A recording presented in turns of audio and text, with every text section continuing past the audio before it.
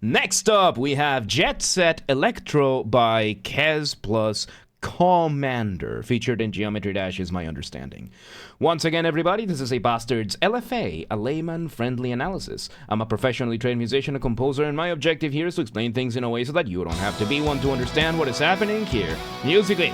Thomas, thank you for the 10 bucks. So yes, if you like the sound of that, make sure you're following the channel, subscribe to the channel, whatever term you want to use, like the video, share the video, leave a comment, turn on notifications, become a member. Once again, if we somehow hit 10,000 subscribers on YouTube before Christmas 2025, I will take a single fan fiction of the choice of the community, and I will fully produce, record, and voice act an audiobook for it. This has to be achieved through legitimate and honest means only. By the way, we do have a couple of other members in the community that have offered Discord Nitro giveaways, so if there's anything else, well, we have one that has offered, and if you want to offer something like that to build hype, or if you have any ideas for me to build hype, go ahead, let me know for reaching the 10,000. Yes, this has to be achieved through legitimate and honest means only. No account duping, no botting, no buying followers, no rat behaviors like that. Go share the videos with your friends, with your families, with your family's friends, with your friends' families. Those are two distinct concepts, by the way.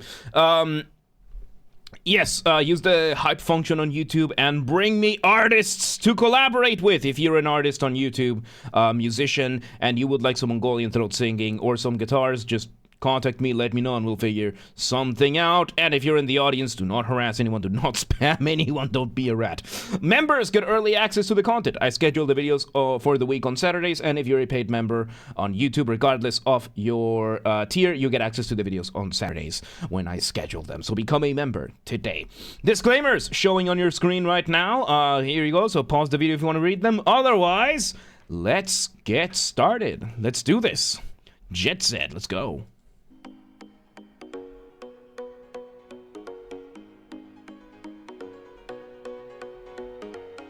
Okay, so we're starting with two main elements. Our first one being the synth over here, giving us a little bit of a rhythm of a beat. And before I forget, I'm gonna add the 999 over here.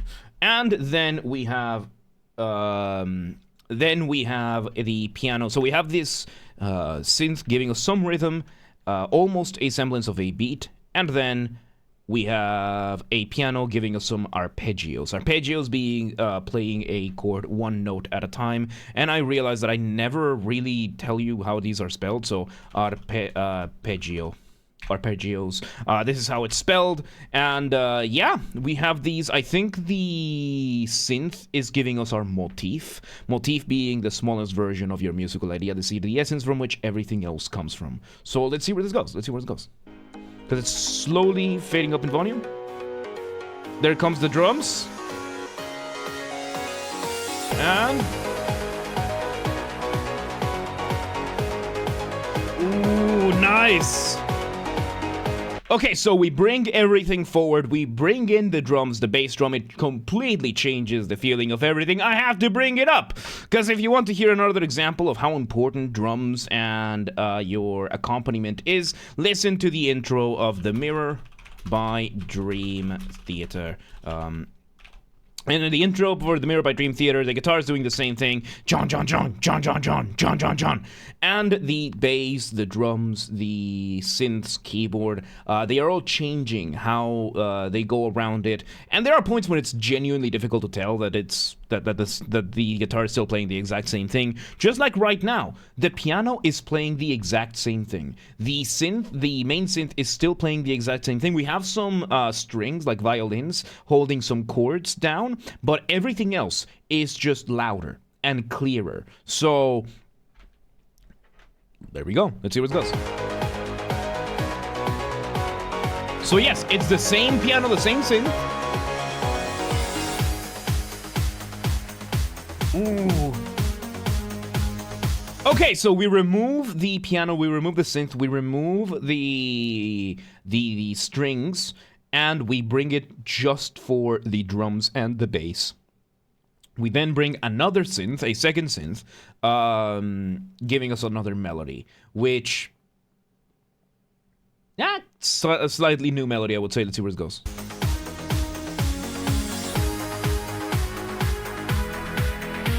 There we go, doing variations on the motif, yeah.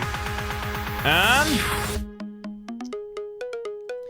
off the ramp we go. We're probably going to have a drop, so I'm going to go back a few seconds. So, off the ramp being a colloquial term that I use. Colloquial, by that I mean there's no official academic definition for this, or at least I'm not using it for the sake of simplicity. And off the ramp is what I call a transition. It can be as short as a couple of beats. It can be as long as an entire section. The point of it is to make your listener feel suspended up in the air at the mercy of inertia, waiting to see where you land. How do you do that? Remove the drums, maybe the bass as well.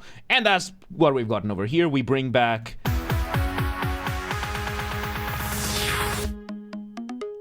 this one synth. And we drop the beat!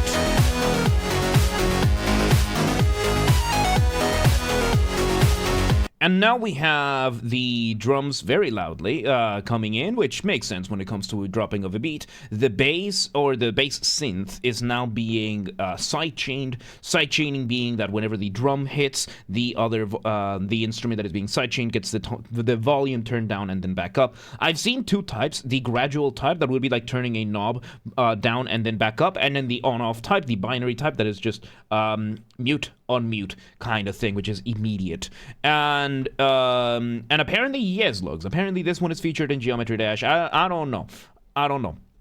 But yes, we got this going on over here while we are doing a reduced version of the melody we heard earlier, which is a variation of the motif. Reduction being when you take anything in music and you shorten it so that it's faster. So yeah, let's see where this goes. With a couple of adornments. Nice.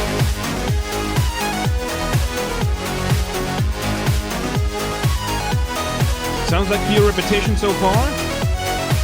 Alright, there we go. We're adding doublings during this part of the melody. Doublings being when you have more than one instrument or more than one layer playing the exact same thing. What are we doing? We are adding what is called an octave in what in counterpoint would be called parallel motion. So, counterpoint being the study of melodies, how they interact, how they are with one another, usually in the context of more than one melody that is independent from one another, which counterpoint is then, one of the ways of measuring it is through motion. Motion, there are three main types. There's contrary, there's similar, and there's parallel. Parallel. There we go. So, contrary motion means, and usually for these, it means that the melodies are happening from separate points in the scale. Contrary motion just means one is going one way, the other one's going the other way. Similar is probably the most complicated one, where you have both of them roughly going the same way, but they are doing different things in between. And then parallel just means that they're both doing the same thing, just from different points. So, yes, classically, I did explain why we didn't have a jam and shred today. I did explain. I'll explain after the video too. So, yeah, let's continue.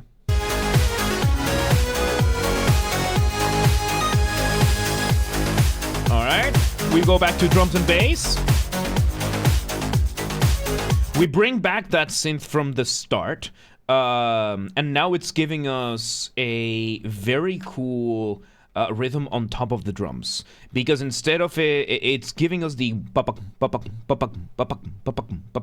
which is the last two 16th notes of the measure. So let me actually go and explain how this one works. So, when you have music, you have three components: melody, harmony, and rhythm. This one I have actually never explained. I've never explained 16th, or I've explained 16th notes to an extent, but not like this. So, rhythm is the use of time. Time being when things happen, how fast they happen, beat, and whatnot, which is then subdivided into bars or measures. Bars and measures, these are the exact same term, the exact same concept. They just different terms used for different institutions, which are then determined by a time signature. Time signature is made out of two numbers: upper number, lower number. Upper number is the number of beats that you get in a bar or measure. Lower number is the type. In English, it's pretty easy to remember. Whole notes equal number 1, half notes equal number 2, quarter notes equal number 4, eighth notes equal number 8, 16th notes equal number 16, so on and so forth. So, in the case of this one, and by the way, one whole note contains two quarter notes, one whole note contains two half notes, one half note, two quarter notes, one quarter note, two eighth notes, one eighth note, two sixteenths, so on and so forth. So a measure of 4/4 means we have 4 quarter notes in a single measure, which you're then going to count based on the quarter notes. So quarter note 1, quarter note 2, quarter note 3, and quarter note 4. Which are then, you're just going to count 1 through 4. 1, 2, 3, 4. However, as I just said, one quarter note contains two eighth notes, and these are all equally distributed. So, every quarter note would then be able to be subdivided into equally spaced eighth notes, which you would then put in your bar, which are then said in the way of the symbol of an. So 1 and 2 and 3 and 4 and. So instead of counting 1, 2, 3, 4, you go and count 1 and 2 and 3 and 4 and 1 and 2 and 3 and 4 and.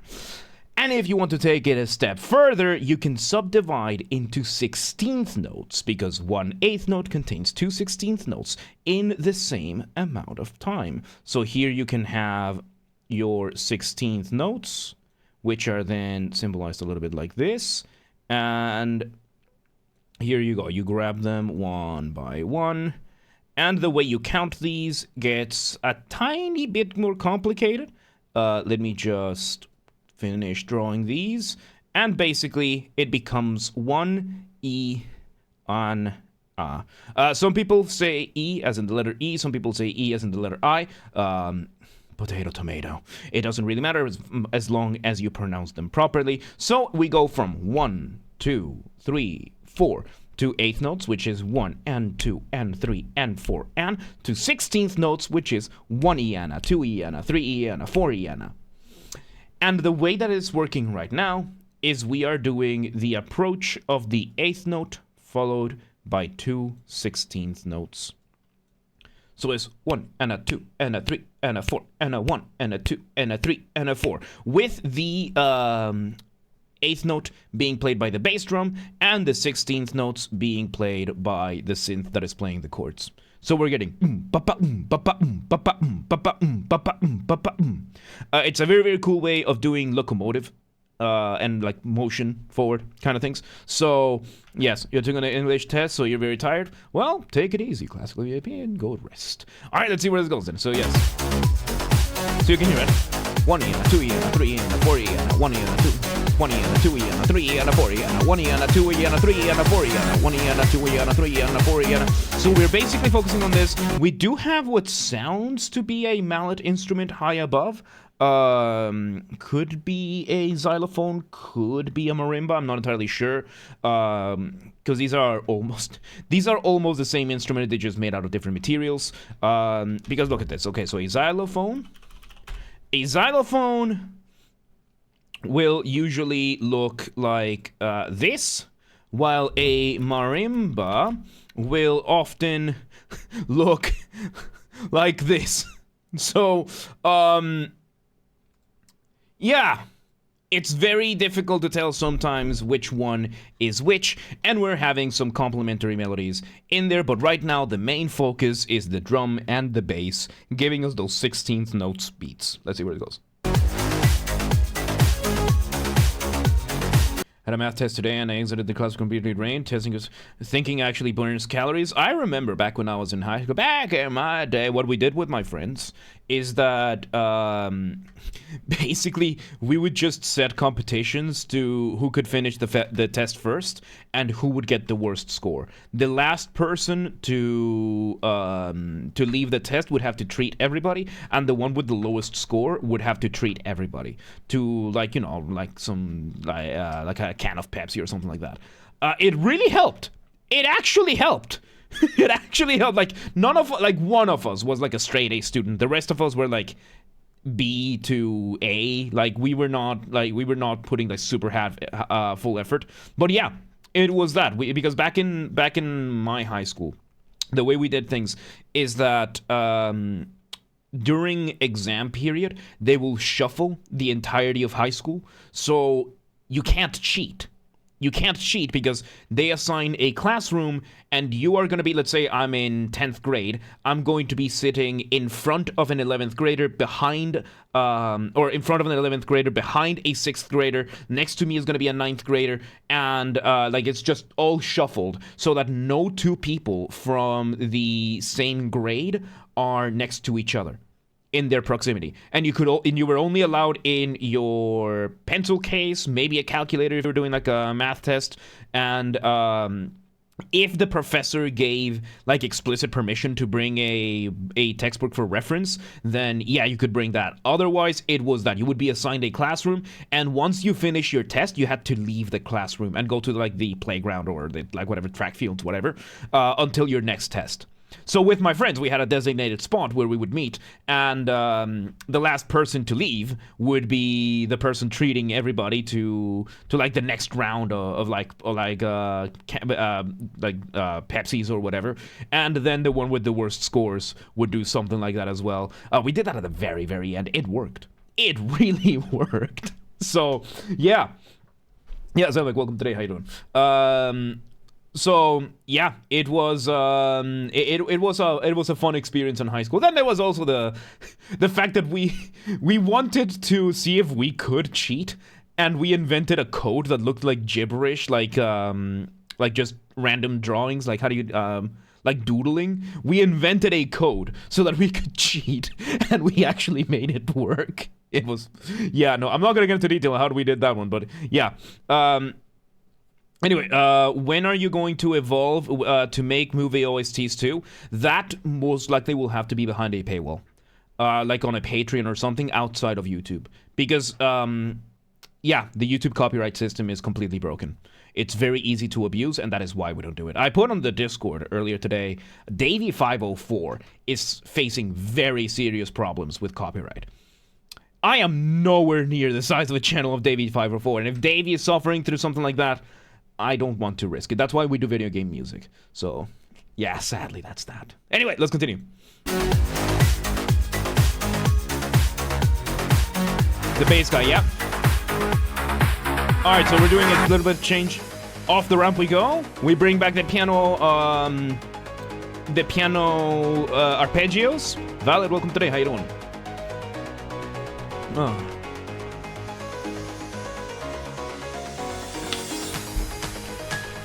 We bring back the snare / claps. So yeah, I know it is just as frustrating to me that I can't do these things freely because I don't want to get copyright struck by Universal Music or one of those. So not much I can do about it. It's probably gonna have to go on the Patreon or something like that, which I do have a Patreon, I just haven't used it in a very long time, so I need to rework it, but that's future James's problem. Let's continue. Yes, Alexos is the one offering the link. So yes, we're bringing some of the melodies back, along with the arpeggios. Some counterpoint, we bring back the drums. We have now higher up synth bringing back one of the melodies. I prevail status, yes, Zelnick, but those are going to be offline. Those I'm going to be doing throughout the week. So yes, the only exceptions to non-video game soundtracks, I might as well do it in the video. The only exceptions we do for non-video game soundtracks is if the artist comes in and gives me express permission. For example, right now the band I Prevail put out a competition or something. They're doing a giveaway, something like that, but they basically gave express permission for people to react to their videos, to do stuff like that. Basically, the format we are using is a React format. So if somebody gives me permission for that, then I'm more than happy to do it. But for that, I want express permission, because then it's more than just fair use, which is what we use, but we get express permission from the copyright owner, which then, well, it's express permission. So, yeah, let's see. And yes, banana, yes.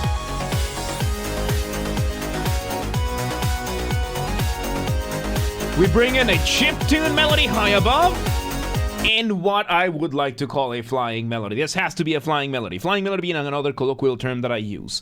And flying melodies is you have a nice, busy drums, bass, middle, chords, whatever, And high above, you have a melody, or two in this case, a parallel melody. So flying melodies in this case, doing a slower, simpler melody than everything else, flying, soaring above the landscape that everything else has. If you want to see another couple of really good songs that have flying melodies, in my opinion, one of them would be Roxanne. From the musical Moulin Rouge. There is a version on YouTube that you can see. I mean, the movie one with Ewan McGregor during the climax of it, the part that Ewan McGregor sings, "Why does my heart ache?" That part, flying melody compared to everything else. And then the other one, I think it's Good to Be King. I'm going to have to look it up afterwards. Remind me to look up so that I can confirm that I've been giving the right title.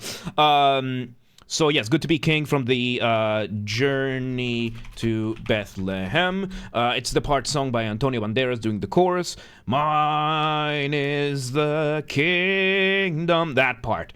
Flying melodies through and through. You can really, really see it. It's a wonderful, wonderful way of doing... Ewan McGregor? Not Ewan McGregor.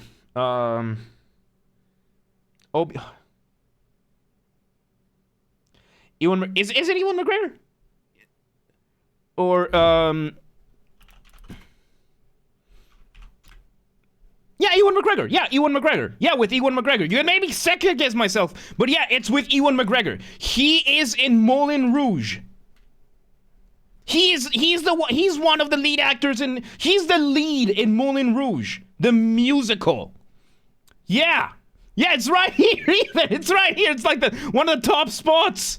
Yeah, I know. I was just as shocked that he did a musical. He's actually got a really good singing voice, too. So, yeah, Ewan McGregor's part in it, really, really good. The thing is, when you said that, you made me second guess, am I talking about Ewan McGregor or am I mixing him up with Conor McGregor? But no, it was Ewan McGregor. So, let's continue.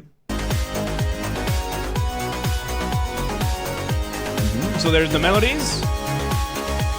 Doing a developed version of the motif.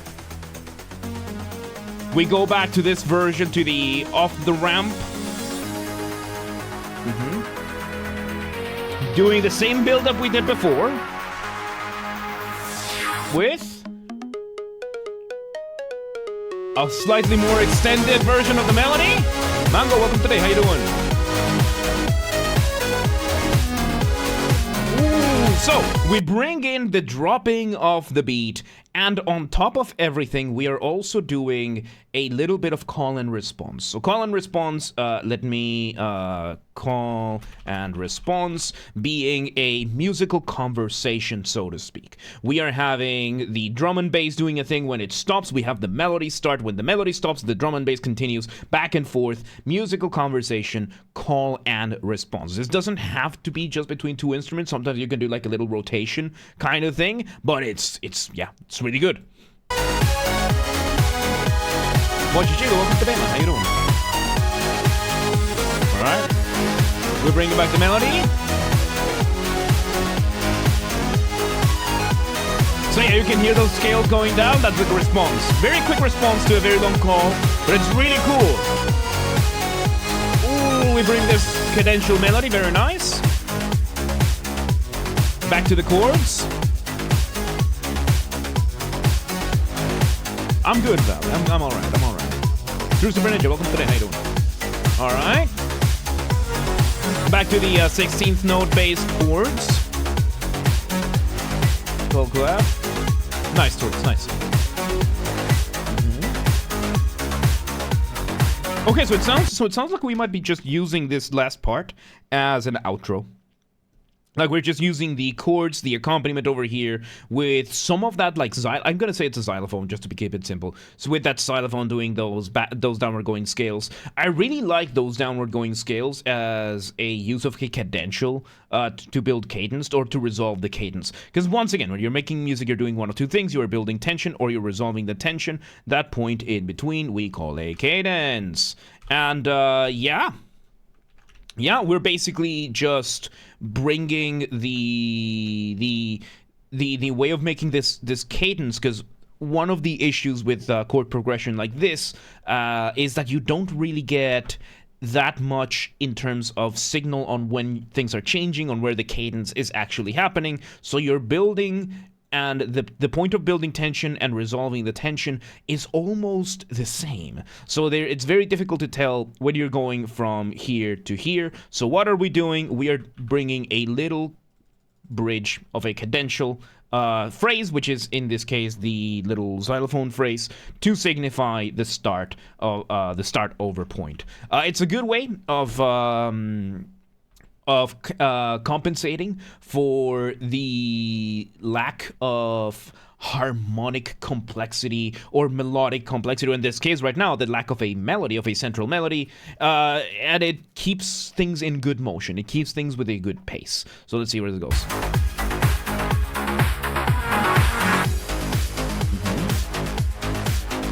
Back to just drum and bass with that syncopated, like 16th notes. How are you gonna end it? And alright, one last hit at the start. You let it echo out, and there you go. There you go. So yeah, that could have been like 20 seconds shorter, in my opinion, but doesn't really take away from it. Like, yeah, you let the outro be a couple more repetitions than I would have done. Doesn't really take away from it. Doesn't really take away from it. So, there you go. There you go. That was Jet Set Electro by Kezz plus Commander, featured in Geometry Dash, is my understanding. Once again, everybody, this has been a Basterd's LFA, a layman-friendly analysis. I'm a professionally trained musician and composer, and my objective here has been to explain things in a way so that you don't have to be one to understand what's happened here musically. So, if you're watching this on the YouTube video archive thing, thank you for watching. Make sure you're following the channel, subscribe to the channel, whatever term you want to use. Like the video, share the video, leave a comment, turn on notifications, become a member. Once again, if we somehow hit 10,000 subscribers on YouTube before Christmas 2025, I will take a single fanfiction of the choice of the community, whatever you all want, and I will fully produce, record, and voice act an audiobook for it. We do have a member who has offered to do a Discord Nitro giveaway on top of that. If you want to offer something, or if you have any ideas for me to do on top of it, just let me know. We can figure more stuff out. This has to be achieved through legitimate means only. Legitimate and honest means only. No account duping, no botting, no buying followers, nothing like that. No rat behaviors. Go share the videos, the streams with your friends, with your families, with your family's friends, with your friends' families. Those are two very distinct concepts, by the way. Go use the hype function on YouTube. I don't know how it works, but we have a group on the Discord that does, so go check it out. If you're an artist, in this case Kezz, if you want some Mongolian throat singing or some guitar shredding for your projects, let me know. Contact me. If you know anybody who you think might benefit from it, let me know. Do not harass anyone. Do not spam anyone. Do not be a rat. Members get early access to the content. I schedule the videos for the week on Saturdays, and if you're a paid member on YouTube, you get access to the videos when I schedule them on Saturday, regardless of what tier you're in, so become a member today. If you want to listen to this without me interrupting every 3.5 seconds, I will be linking it in the description down below. If you want to request a song and you're not on the live stream, check the pinned comment on this video. It's by me. It's right there. It has the instructions. Basically, go to the Discord LFA request. Yeah, follow the comment, the pinned comment. And if you want to catch the streams when they go live, we aim for Monday through Friday, 6 p.m. Central European Time. If you're not in Europe, do not worry. We have the full up-to-date streaming schedule showing in your local time zone. So if, in both Discord and Twitch, both linked down below. So if you live in the Batcave, North Carolina, and you're like, but what time is 6 p.m. in Hungary? I don't live there. Don't worry. Just go to the Discord or the Twitch, and it's got the thing there. And follow the gaming channel. We have a gaming channel because, of course, I have a gaming channel. Games are Basterd. That's where I put the recordings of the video game after shows when they happen. Link down below, so the videos get, like, the gameplay gets recorded live on stream on the main channel, and then the recording goes on the gaming channel. Link down below, or just search on YouTube, same username as James R. Basterd, just swap the J for a G, and you got it. And yeah, there you go. There you go. Jet Set Electro. That was really good. That was really good. Good stuff. Good stuff. But yeah, let's move on. Let's move on.